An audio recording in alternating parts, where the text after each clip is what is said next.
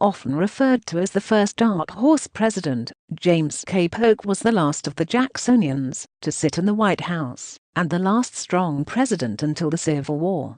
He was born in Mecklenburg County, North Carolina, in 1795. Studious and industrious, Polk was graduated with honors in 1818 from the University of North Carolina. As a young lawyer he entered politics, served in the Tennessee legislature, and became a friend of Andrew Jackson. In the House of Representatives, Polk was a chief lieutenant of Jackson in his Bank War. He served as Speaker between 1835 and 1839, leaving to become governor of Tennessee. Until circumstances raised Polk's ambitions, he was a leading contender for the Democratic nomination for vice president in 1844. Both Martin Van Buren, who had been expected to win the Democratic nomination for president, and Henry Clay, who was to be the Whig nominee, tried to take the expansionist issue out of the campaign by declaring themselves opposed to the annexation of Texas. Polk, however, publicly asserted that Texas should be re-annexed and all of Oregon reoccupied. The aged Jackson, correctly sensing that the people favored expansion, urged the choice of a candidate committed to the nation's manifest destiny. This view prevailed at the Democratic Convention, where Polk was nominated on the 9th ballot. "Who is James K. Polk?" Whigs jeered. Democrats replied Polk was their candidate who stood for expansion. He linked the Texas issue, popular in the South, with the Oregon question, attractive to the North. Polk also favored acquiring California.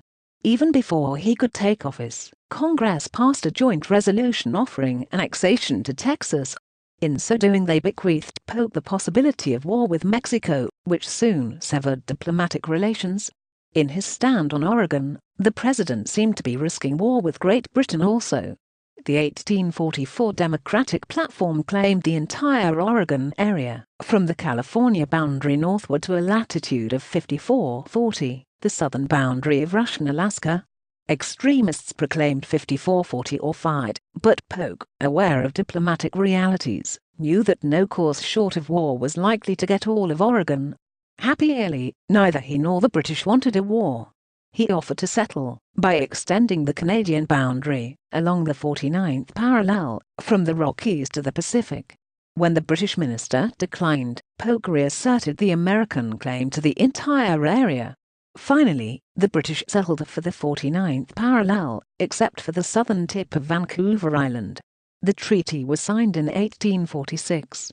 Acquisition of California proved far more difficult.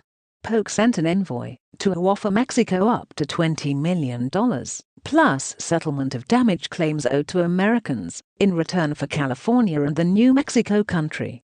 Since no Mexican leader could cede half his country and still stay in power, Polk's envoy was not received. To bring pressure, Polk sent General Zachary Taylor to the disputed area on the Rio Grande. To Mexican troops this was aggression, and they attacked Taylor's forces. Congress declared war, and, despite much northern opposition, supported the military operations. American forces won repeated victories and occupied Mexico City. Finally, in 1848, Mexico ceded New Mexico and California in return for $15 million, and American assumption of the damage claims.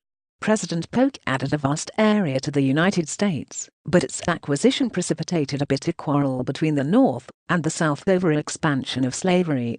Polk, leaving office with his health undermined from hard work, died in June 1849.